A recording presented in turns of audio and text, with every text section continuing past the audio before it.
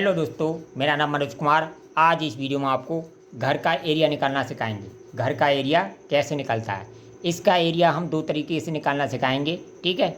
और दोनों तरीक़ों में ये भी देखेंगे कि कितना अंतर आता है। चलिए वीडियो को शुरू करते हैं।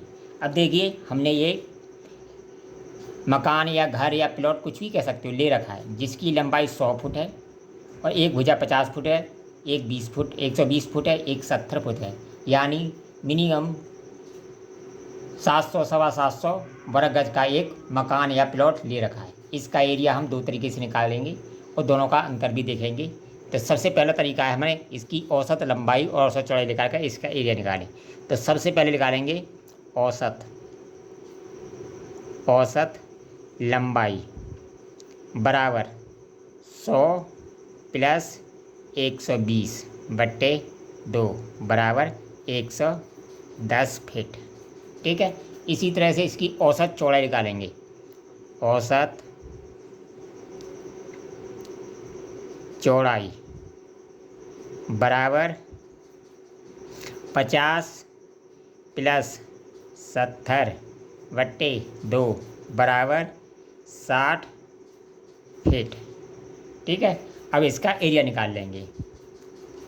एरिया बराबर लंबाई गुणा चौड़ाई, ठीक है।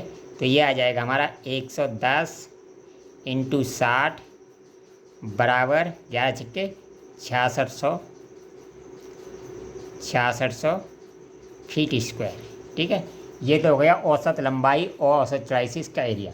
अब दूसरे तरीके से निकालते हैं और दोनों में देखेंगे कितना अंतर आता है, ठीक है। अब देखिए, इसे हम दो भागों में बांट लेंगे और दोनों त्रिभुजों का अलग अलग क्षेत्रफल निकालेंगे। फिर दोनों का अंतर भी देखेंगे। दोनों त्रिभुज दोनों जो क्षेत्रफल आए हैं, इन दोनों पर क्षेत्रफलों को जोड़कर दोनों का अंतर भी इस वीडियो में देखेंगे, ठीक है। तो पहले हमने इसको दो भागों में बांट लिया। तो ये हमारा बना समकोण त्रिभुज और ये बना हमारा विषमबाहु त्रिभुज, ये वाला त्रिभुज, ठीक है। ये 1 नंबर मान लेते हैं, इसको 2 नंबर मान लेते हैं। अब दोनों त्रिभुजों का अलग अलग क्षेत्रफल निकालते हैं और दोनों को जोड़ेंगे। फिर दोनों जो मकान है या प्लॉट है उनका क्षेत्रफल देखेंगे, दोनों में कितना अंतर है। तो पहले निकालते हैं समकोण त्रिभुज का क्षेत्रफल। समकोण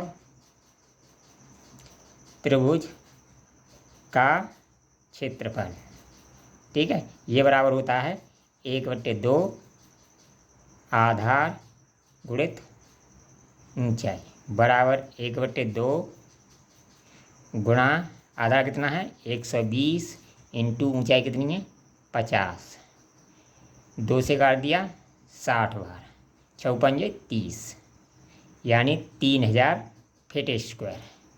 पहले त्रिभुज का हमारा क्षेत्रफल आ गया। अब निकालते हैं दूसरे त्रिभुज का क्षेत्रफल।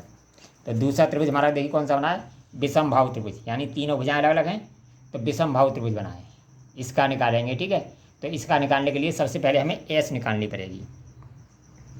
एस बराबर होती है ए प्लस बी प्लस सी बट्टे 2 बराबर एक कितनी है 100 प्लस 130 प्लस 70 बट्टे 2 बराबर, इनको जोड़ेंगे 70 200 300 300 बट्टे 2 बराबर 150 फीट। ये आ गई हमारी एस निकाल गए। अब निकालेंगे इसका त्रिभुज का क्षेत्रफल। तो विषमबाहु त्रिभुज का क्षेत्रफल होता है विषमबाहु त्रिभुज का क्षेत्रफल बराबर होता है एस माइनस ए, एस माइनस बी और एस माइनस सी। ये इसका फॉर्मूला होता है। अब फॉर्मूला में की वैल्यू रख देंगे, ठीक है। तो एस कितनी आई हमारी 150, तो 150 लिख लिया, ठीक है। इसके बाद 150 माइनस कितना है 100, इसके बाद 150 माइनस कितना है 130, इसके बाद 150 माइनस 70, ठीक है। ये हमने इनके मान रख दिए, ठीक है। ये किसके अंदर है, अंडर रूट के अंदर है, ठीक है, अंडर रूट लगा दिया। अब 150 तो हमारा ऐसे कैसे आ गया, गुणा 150 में से 100 घटाए, ये 100 है, 100 घटाए तो कितने बचे, 50, ठीक है। इसके बाद 150 में से 130 घटाए, 20 बचे। इसके बाद 150 में से 70 घटाएंगे तो 80 बचेगा, ठीक है। ये किसके अंदर है, वर्गमूल के अंदर है। अब क्या करेंगे, इनके गुणनखंड कर लेंगे। चलो मैं मोटे तरीके से दो बार में गुणनखंड करता हूँ। तो इसके करेंगे 10 गुणा 5 ओ 10 गुणा 15, 15 धाम 150, फिर 10 गुणा 5, 10 पन्ना 50, फिर इसके 10 गुणा 2, तो दूनी 20, फिर इसके 10 गुणा 4, ठीक है।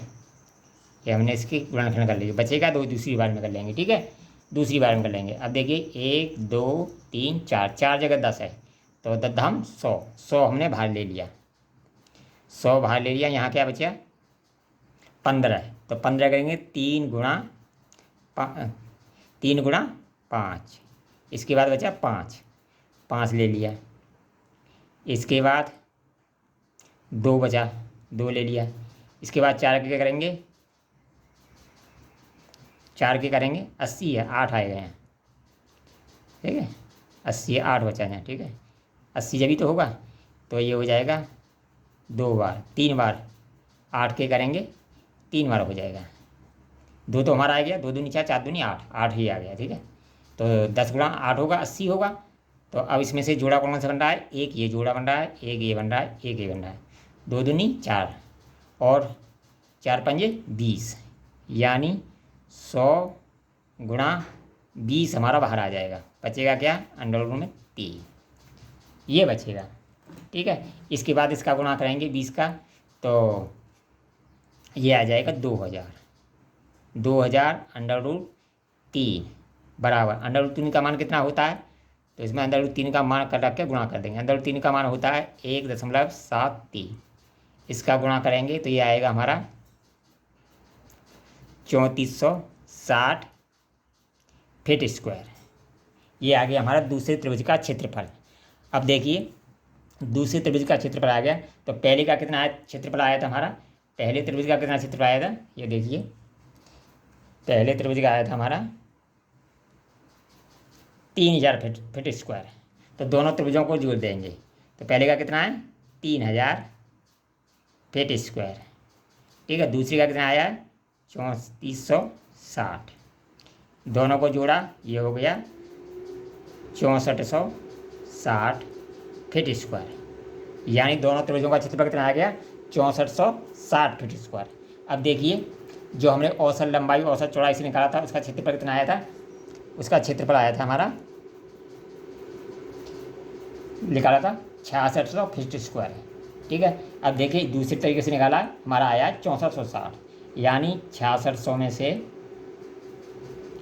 6460 घटा देंगे तो 140 फीट स्क्वायर का अंतर आ जाएगा, ठीक है। कितने का अंतर आया दोनों त्रिभुजों क्षेत्रफलों में, 160 फीट स्क्वायर का, 160 फीट स्क्वायर का अंतर आ गया। देखिए 6600 में से हमें 6460 घटाए तो 140 फीट स्क्वायर का अंतर आ गया, जबकि ये एक बहुत बड़ा अंतर है। मान लो हमने कोई 500 रुपये फुट कोई ज़मीन खरीदी, 500 रुपये फुट, इसमें अगर हम 500 का गुणा कर दें, ठीक है, तो 14 पंजे 70, ठीक है, और 3 जीरो ये, यानी 70,000 रुपये हमें का घाटा होगा। जब हम प्लॉट को बेचेंगे या खरीदेंगे तो हमें 70,000 रुपये का अंतर मालूम होगा। कितने का अंतर मालूम होगा, 70,000। मान लो 500 रुपये फुट आपका प्लॉट है, तो हमें कितने का अंतर मालूम होगा, 70,000 का। तो इसीलिए जब भी आप प्लॉट खरीदें या बेचें तो उसका सटीक आंसर निकालें हैं, और खुद का प्लॉट है उसको नापना है तो आप कैसे भी नाप लो, उसको ना बेचना ना खरीदना। अगर वीडियो पसंद आए तो कमेंट करें, लाइक करें, शेयर करें।